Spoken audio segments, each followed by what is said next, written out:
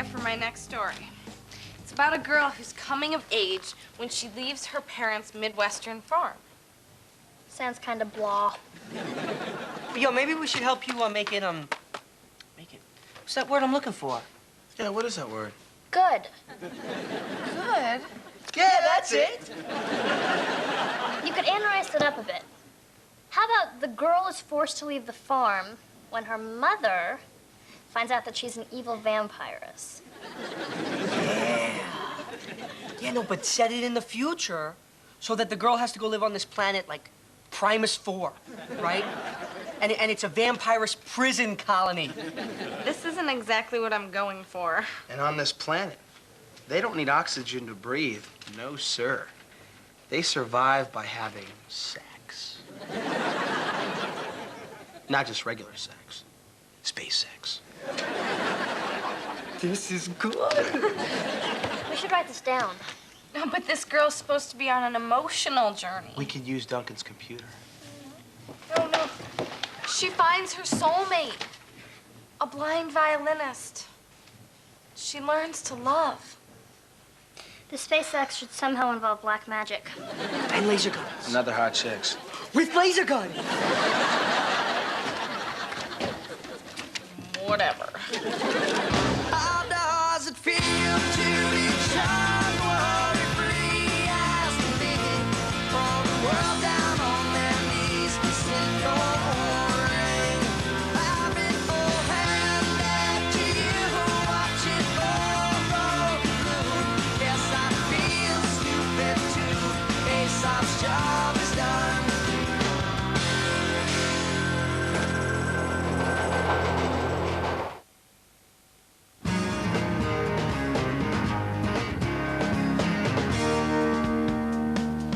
Did anyone else notice that we're sitting back here in the corner?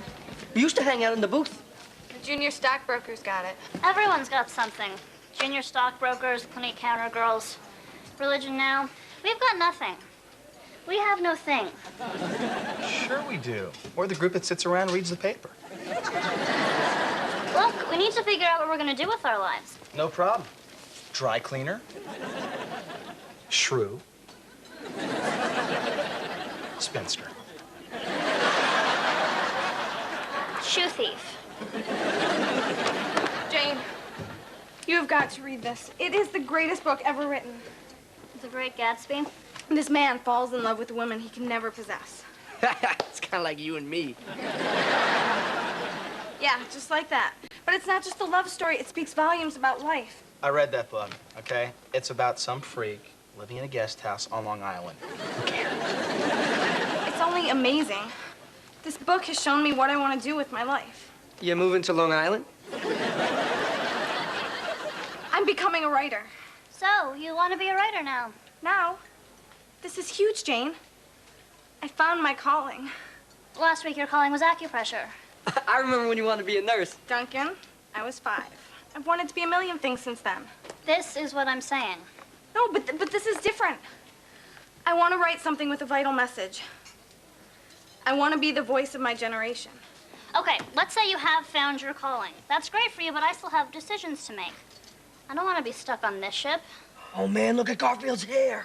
Okay, how should I reinvent myself? Businesswoman, professional athlete, radical feminist. Whatever, just don't decide the whole rest of your life on some cheap decision. Ooh, Religious Doug is wicked cute. I wonder what I'd have to do to get into his group. Here we go. Jane, remember when we decided to be sideshow freaks because you liked the guy that ran the Coney Island Ferris wheel? Vaguely. That didn't work out too well, did it? You did it too. Yeah, but I would never change myself like that now. Because I found my purpose. And you need to find yours. I'm thinking it's Religious Doug. Jane, you don't need to keep morphing to fit in. Oh, that's good. Oh my gosh, I think that's my message. Don't change for the people around you. That's my message. Do you like it? It's okay. And that's my message. Bye. Woo! Zoe's on a mission. Shouldn't we have a mission? You're in my light. But look at Patrick Ewing. He volunteers his time as a big brother even though he's very busy with basketball. No, you can't be a big brother. Look at the size of that kid. He beat the crap out of me. How about the SPCA? I like animals. No, you get too attached. Remember the pigeon you adopted? Oh, yeah, Pidgey. Well, here's something you can handle. Volunteers needed for the very exceptional games. Huh? The very exceptional games. This sounds right up my alley. See, I know this is an unsolicited submission, but I just knew you're gonna want to print this. Where have I been published before? See, I was gonna let you be the first. Hello. I found your story. I hope you don't mind, but I read it. What did you think? You want to talk to me about it? I wasn't prepared for that. What makes you think I wouldn't want to talk to you about it? I don't know, the icy cone of silence that descended at puberty? I genuinely loved it. Whatever. No, really, I thought you captured your friends' personalities perfectly. Mom, they're not my friends. They're archetypes. They're supposed to represent the strange and confused members of my generation. They're named Lane, Zach, Pumpkin, and Moe. You're overthinking it. Here, let me show you my favorite part. Her mother's hunger for any male attention, no matter how unappetizing, sickened Moe to the core of her soul. I had one date with a guy who had hair on his back. When do I stop paying for that? I called 12 magazines, and none of them will even read it. You know, I've heard of writers who didn't get published until they were out of high school. I'm not letting life pass me by like that. I've got to get to a real writer, a fellow voice of their generation, like me, J.D. Salinger or Toni Morrison, someone who could give me concrete advice on getting published. Hey, maybe I can help. Who do you know? Remember Joan, my roommate from Holyoke? Her ex-husband works at Strumpet Press. They published Henrietta Billingsley. All she writes are those trashy romance novels. Her latest novel has been on the bestseller list for 9 weeks. You can buy that in a grocery store. She's written 104 novels. She has about 40 million loyal readers. I think she knows something about getting published. But, well, look, if you think it would be compromising your integrity to give it to her. I guess it would be okay if I let Henrietta read my story. Could you set it up? I'll try to help if you don't think it would sicken Moe to the core of her soul. Don't make Moe beg. Hey, Jack. Hey, Duncan, how's it going with the very exceptional games? It's pretty good, it's pretty good. Yeah, I'm glad. Volunteer work's very important to me. Yeah, me too. So what kind of things they have you doing, huh? Oh, all kinds of stuff. What's the number for? What? Duncan, you're sweating. Jack, there was this mix-up, and I ran in a race, and I won this. Okay, buddy, tell me what happened. Well, you know how confused I get in that part of the park? Uh-huh. Well, I was trying to find my way. And this nice lady comes up to me, and she asked me if I'm lost, and I said yes. You were only telling the truth. And she smelled good, Jack. They all do.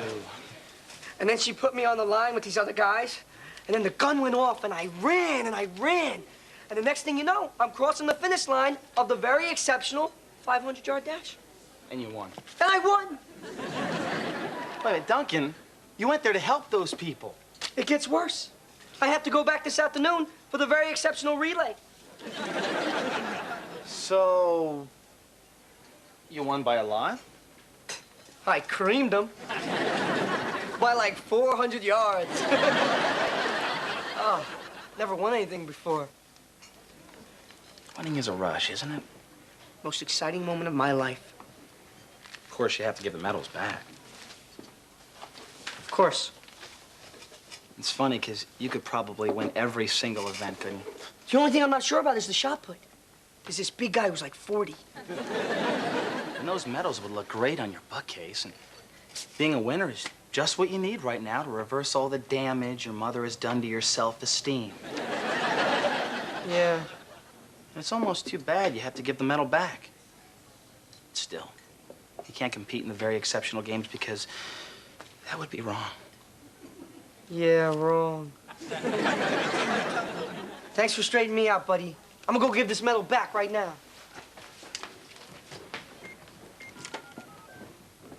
Hey, Murray. It's Cooper. Yeah, I want to place a bet on the very exceptional games. Hey, Jack. Working hard today. Yeah, things are a little frantic.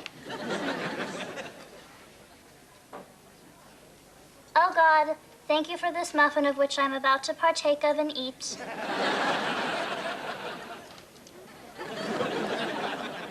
Hey, what's happening? Zoe, you know Doug? Hell yeah. Hey, Doug. Is there anything we can help you with before you go? Mm-hmm. I just wanted to show you this. I'm about to meet the lady who wrote it. Zoe, you know I'd never read anything so risque. It's not risque, Jane. It's smut. Take this, for example. As Genevieve's shawl fell from her soft ivory shoulders, the captain's eyes burned with salacious desire. Oh, okay, Zoe. Well, what are you doing? You're gonna scare religious Doug away. Does religious Doug ever talk? Yeah. Well, he's on a vow of silence now, but once I figure out what religion he is, I'm sure we'll be gabbing at the storm. And what if he doesn't talk, Jane? Will you become mute to accommodate him? I'm getting advice from you. The voice of our generation is getting advice from a romance novelist. See, I'm getting advice. I'm not changing. You're turning yourself into a zealot just to impress some guy. I am not. I'm genuinely interested in religious Doug's faith. Okay. Then what religion is he? I don't know. But whatever it is, I'm sure I'll be able to make him like me. Zoe looked across the subway at a nameless, faceless commuter, staring with dead eyes as he rode to his home, to his death. Did it matter? Oh, lovely. It's so funny that you picked that because it's great. and I was so worried that we might not share the same sensibilities. I mean, after all, look at this place. It's like an English manor house. Oh, it's all part of the package, my dear. It helps me sell books. Really? Because I was so worried you might want to change my work. I mean, it's just that I feel I have this obligation to get my message out to the world. Well, we just need some minor editing here and there. Oh, but we wouldn't change the message, right? Oh, don't be silly. Do you know, you'd look fabulous with a mole just there. Oh, you're right.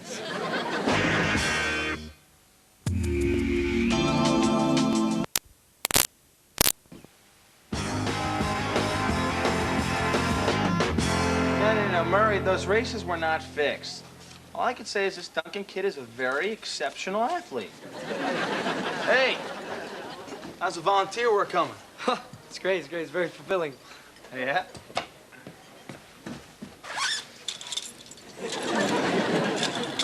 No, I was gonna go return the first one, but when I got there, they were lining up for the broad jump. I couldn't help myself, Jack. You couldn't help yourself 6 times? 7, I took silver in the shop.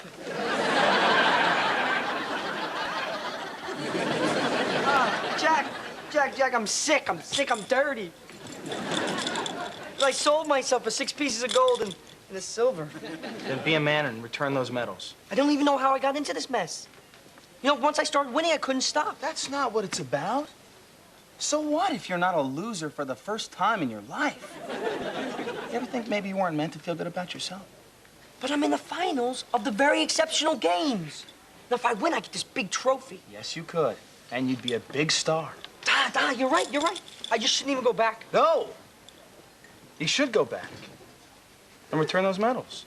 You know what? You're a good person, Duncan. I know you're going to do the right thing. You're right. I'm going to go fix this right up.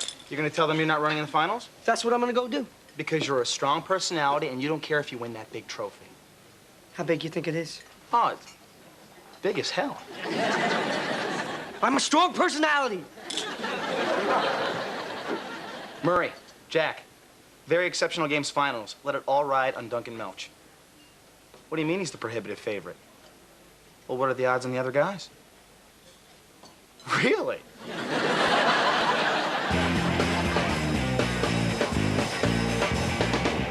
So how are things going with you and Henrietta? Great. She's helping me fix up my story. The title's different.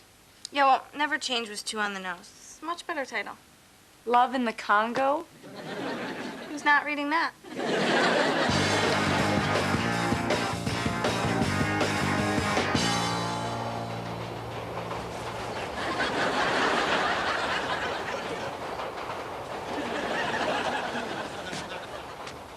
Jack, Not a lot of people down here.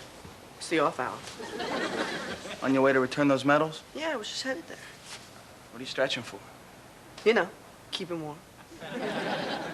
You're gonna run, aren't you? I can't help it, Jack. I gotta run.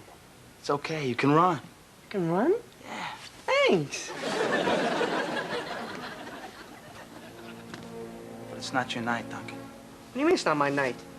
I mean, you can run, but you can't win. Yeah, but I can't lose. I own that race. If you lose, I get $100 for every dollar I bet.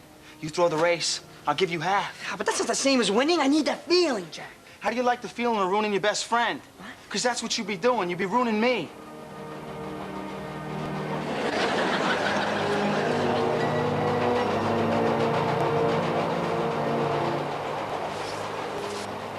All right, I'll do it. It's the only way.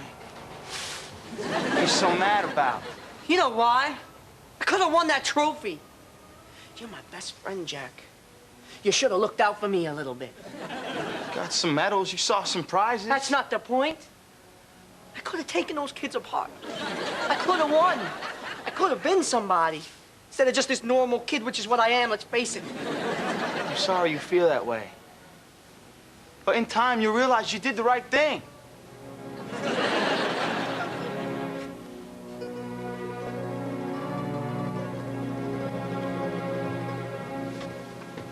I could have been a contender.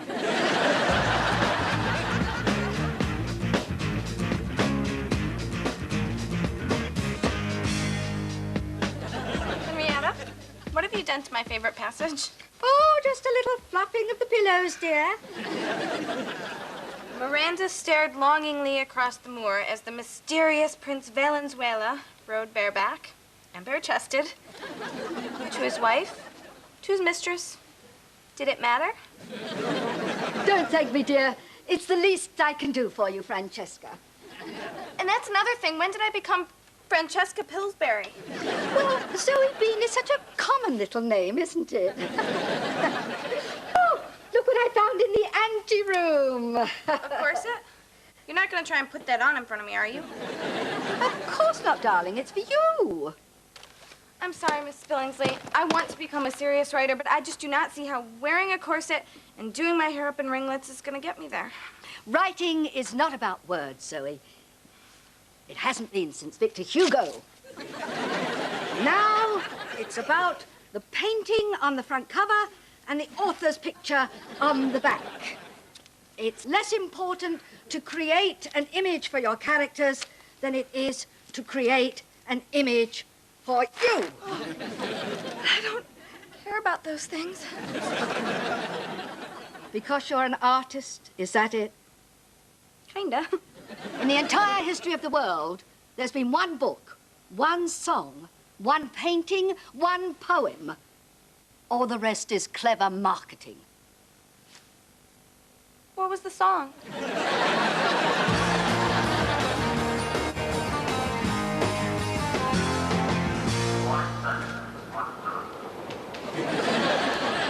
Duncan, Jack.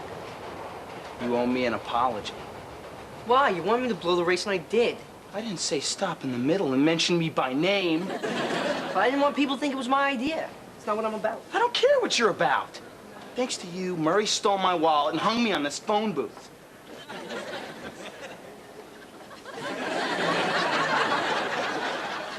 Why don't you get down? Because I was waiting for you. Why?